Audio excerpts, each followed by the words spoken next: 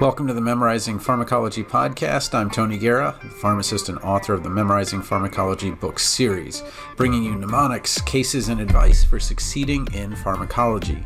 Sign up for the email list at memorizingpharm.com to get your free Suffixes cheat sheet, or find our mobile-friendly, self-paced online pharmacology review course at residency.teachable.com/p/mobile. Let's get started with the show.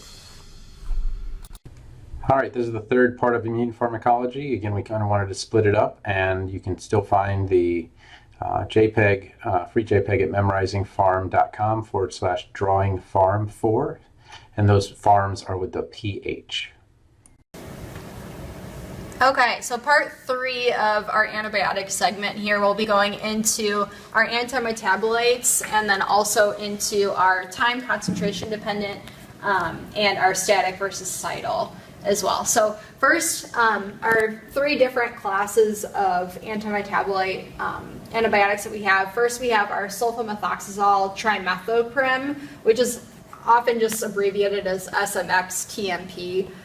These are technically 2 different molecules, but they come together to form one antibiotic. So both sulfamethoxazole and trimethoprim are 2 different components that have their own separate mechanisms of action that work similarly or synergistically to prevent the formation of folic acid. And the brand name is commonly just referred to as Bactrim.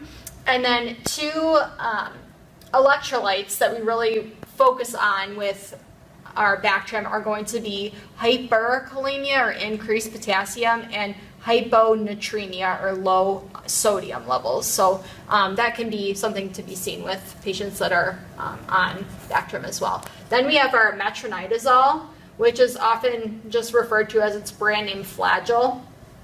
And this is a DNA damaging agent, and it does have a black box warning for being a carcinogenic antibiotic.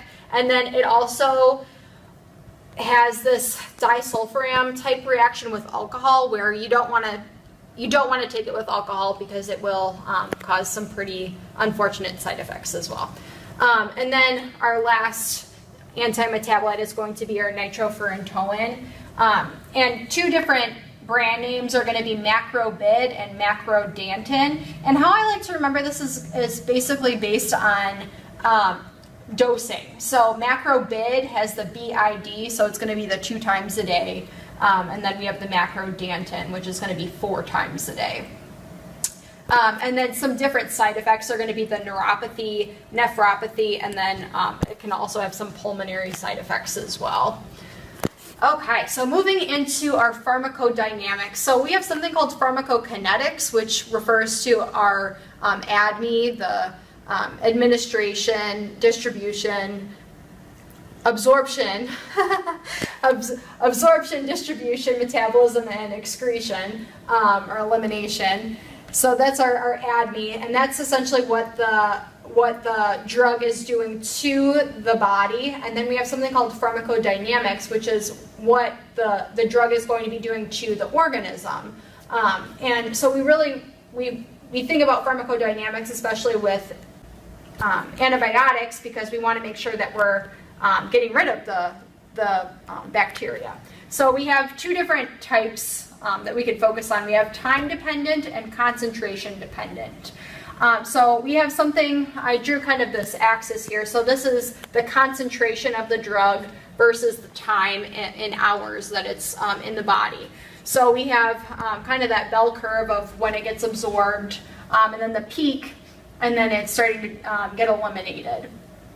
So our time dependent are going to be focused on something called the MIC, or minimum inhibitory concentration. So it's really important for our time dependent antibiotics that they're staying above this MIC line. So we're only going to kill bacteria when our concentration is above this line, essentially. Then we have our concentration dependent, which is really going to focus on the peak.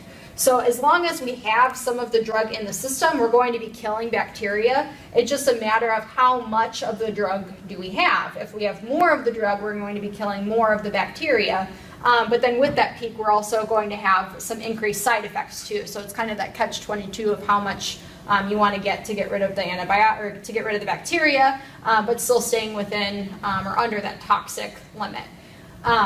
And so how I like to think about it are just the concentration dependent ones, and I put conc times 4 because there's 4 letters in CONC, and there's also 4 different types of medications that are concentration dependent. And those that aren't concentration dependent are going to fall into that time dependent. So if you can just remember these ones, then you can think the ones that don't fall here are going to fall up here.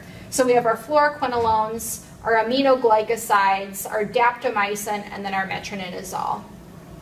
Then we have something called static versus cidal, and this is just going to be whether or not we're actually killing the antibiotic.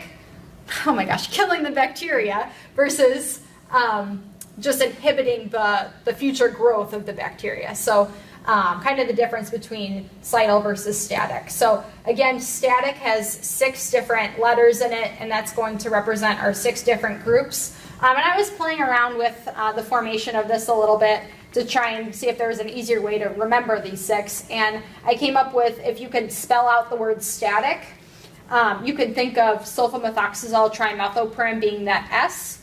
And then T is going to be our tetracyclines. And then A, this is going to be our macrolide. So azithromycin is an example of a macrolide, so that fits in that category. Then we have tadizolid, which is going to fall into the oxazolidones down here.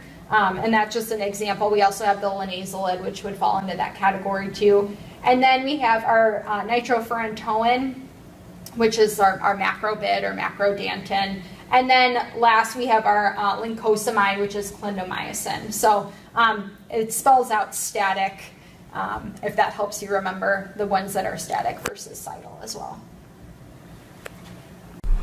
Thanks for listening to the Memorizing Pharmacology podcast. You can find episodes, cheat sheets, and more at memorizingpharm.com. Again, you can sign up for the email list at memorizingpharm.com to get your free Suffixes cheat sheet or find our mobile-friendly, self-paced online pharmacology review course at residency.teachable.com/p/mobile. Thanks again for listening.